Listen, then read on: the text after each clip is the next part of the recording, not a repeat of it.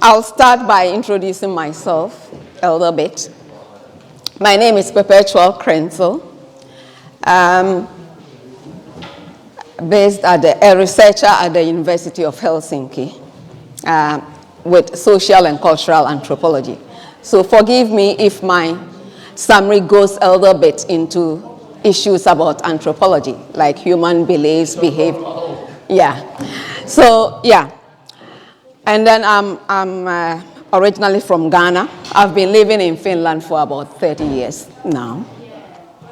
Yeah, so my role is to summarize whatever the speakers have said, and then also give a kind of analysis. So that is what I'll be doing. I wasn't around when the first speaker spoke about imperialist strategies and all that. But from the subsequent speakers, I got an idea of what it was all about. I mean, about destabilization, about conflicts, and then the rise of Ibrahim Traore from Burkina Faso, and how it has gingered youth activism and belief in that kind of action for African countries. In this sense, it is based on Africa, so I'll just limit myself to African countries. So I came in when the speaker on Nigeria and the Biafra movement was speaking. And what I got from her presentation, to summarize it, was that the quest for identity and then ethnic conflicts, as well as maybe inappropriate and unequal uses of resources in countries or in the Biafra region. What about the Biafran war? I was then a very small, maybe a child around 7, 8 years when that conflict came up. And it was really scary in Ghana. I originally come from Ghana, as I said. It was so scary. There were influx of people from Biafran region to Ghana, and we got to know, and later what I read was it destabilized women and children, and people suffered a lot.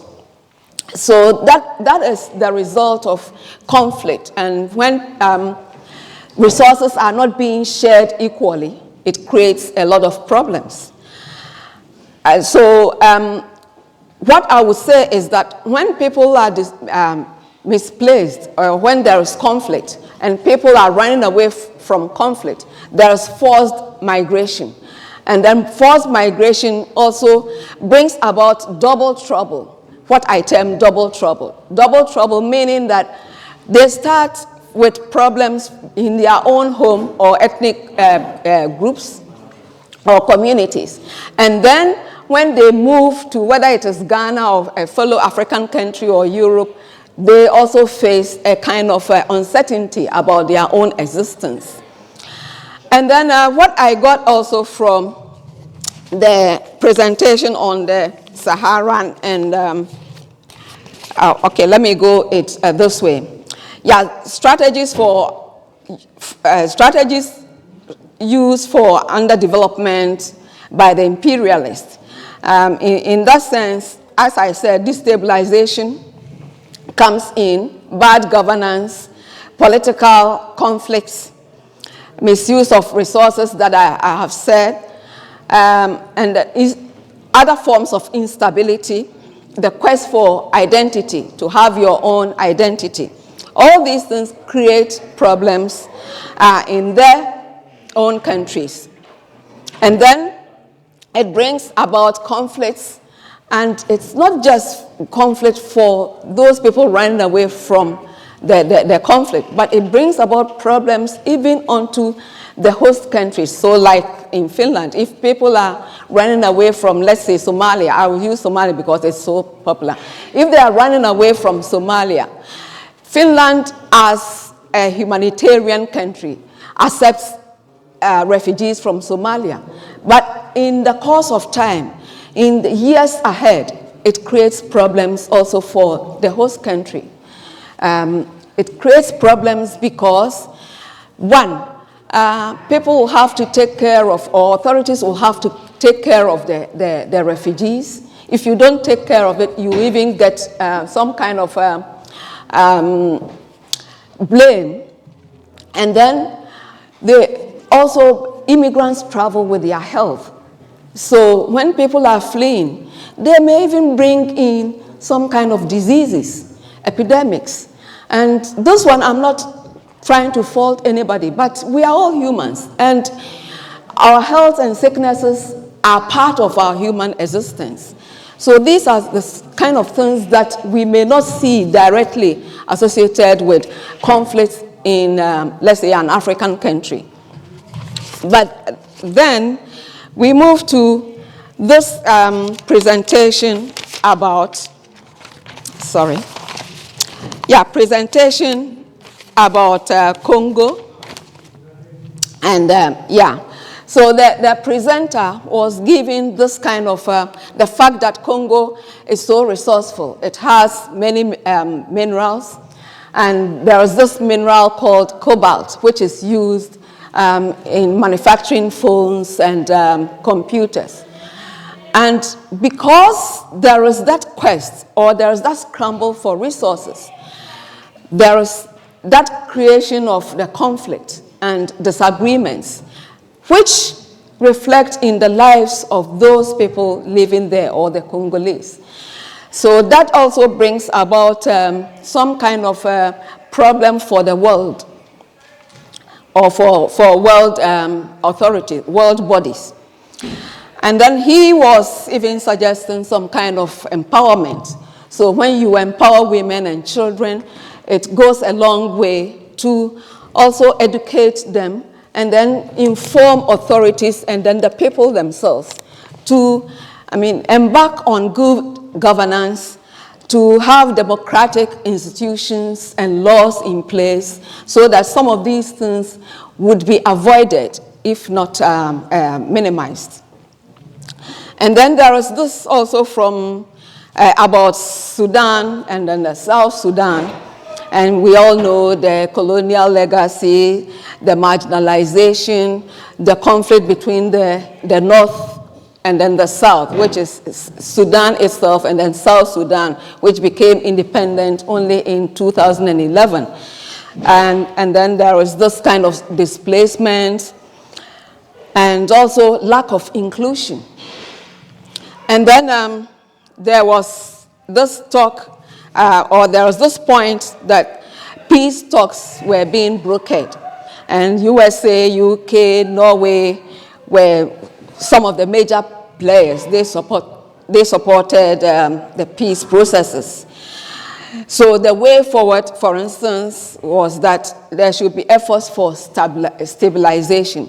When the country or the political atmosphere is stabilized, and including economic, social, and then maybe even social and then political stabilization, all these things would be minimized. Of course, we don't expect, or for instance, I don't expect everything to become normal or to be, all the conflicts to be avoided. But at least when it is not minimized, people will have confidence in living in their own countries. So, and then there was also this point about the last speaker on the Sahara-Sahel region, and also which bordered on the destabilization of that region with some kind of ethnic and religious conflicts, unequal resources, exploitation of resources, and even neo-colonial ideas.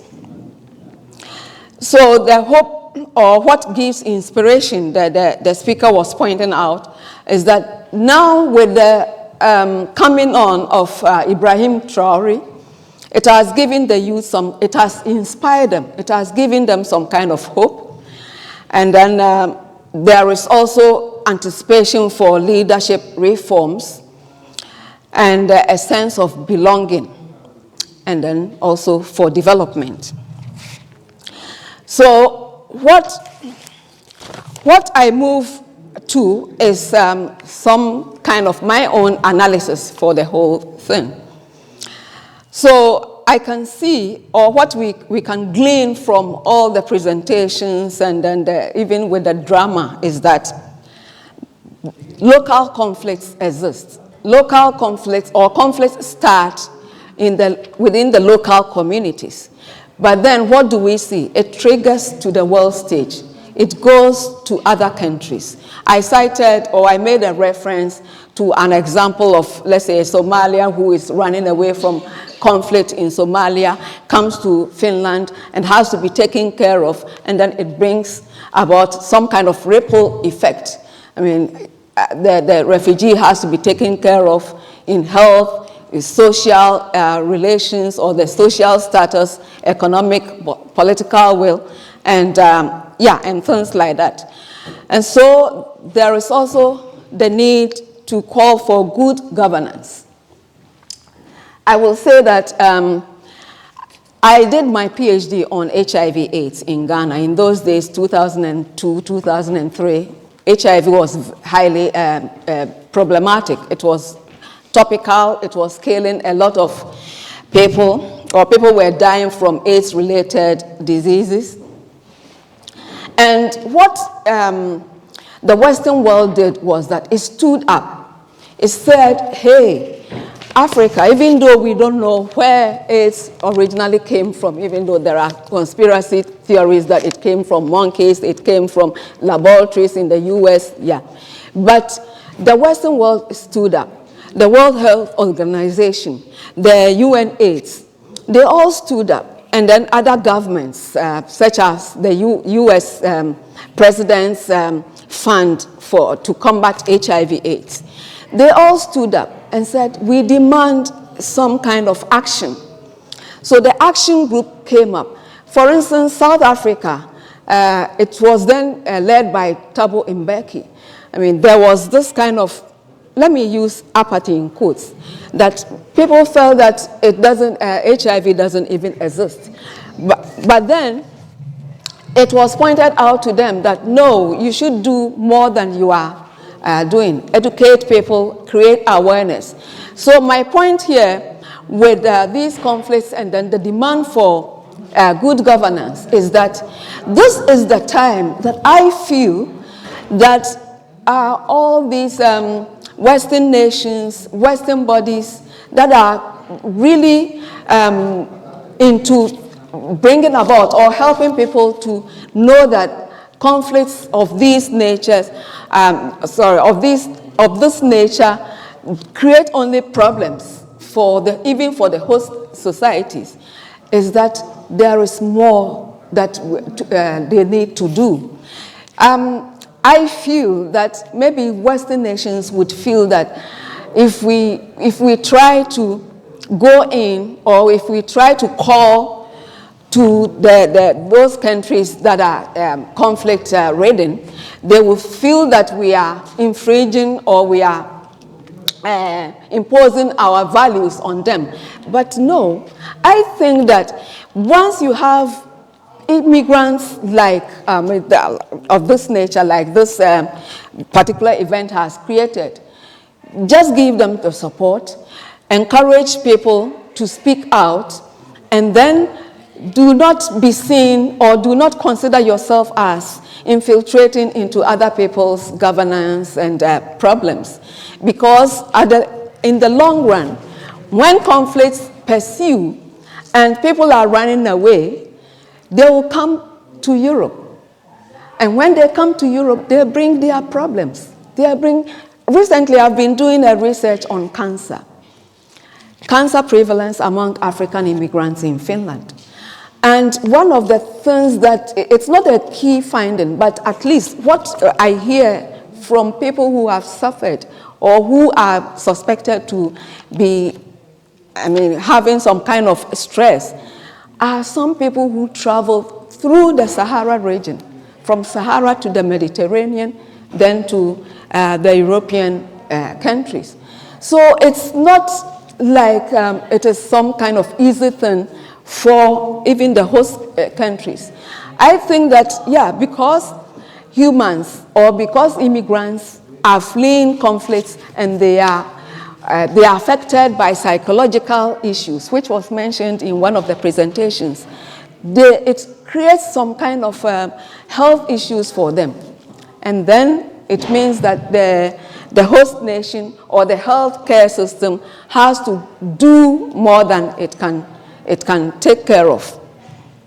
And then there is also this about power imbalances and then also power relations.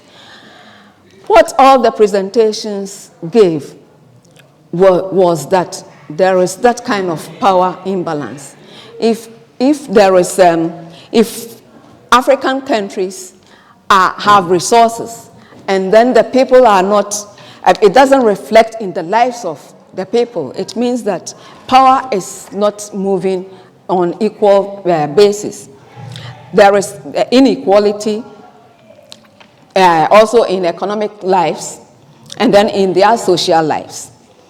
So how do all this affect the world and then also the immigrants themselves? As I said, it affects the world, it affects everybody because there would be forced migrations. There will be the seeking for or the search for refugee statuses. It is also a kind of a dent on the international bodies. They have to come in, they have to impress upon the Western world or the host societies to do more than they are doing. So the result is that there will be rise in nationalist movements. And people will take arms if we don't take care, will take things into their own hands and then agitate for things. And then the other result is that it will bring up insurgencies. These people, rebels in the Sahel region, in Mali, in Niger, and it's not because they just like to be rebels, but it's because there has been problems that was not solved or problems that were not solved, and then it agitated them, it brought out some kind of anger in them, and now they want to fight for their own rights. So they put things into their hands. So the thing is, if care is not taken, it will just be blown out of proportion, and then it will become some kind of problem on our own, in our own hands or on our own heads. So yeah, so I've been speaking about the anger, and then also, in a way, when I analyze all these things, it also means that the Western world should actually ask those countries, leaders in those countries, ask them for accountability.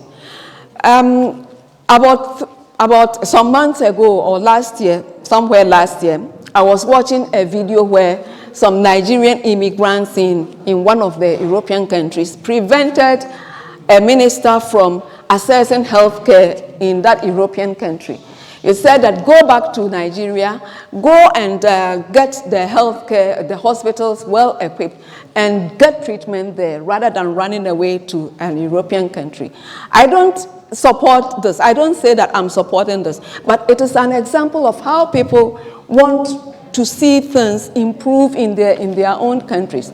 And then when things improve in those African countries, when Western nations are going there for investments and for other kinds of engagements, it becomes easy for all of us. Thank you very much.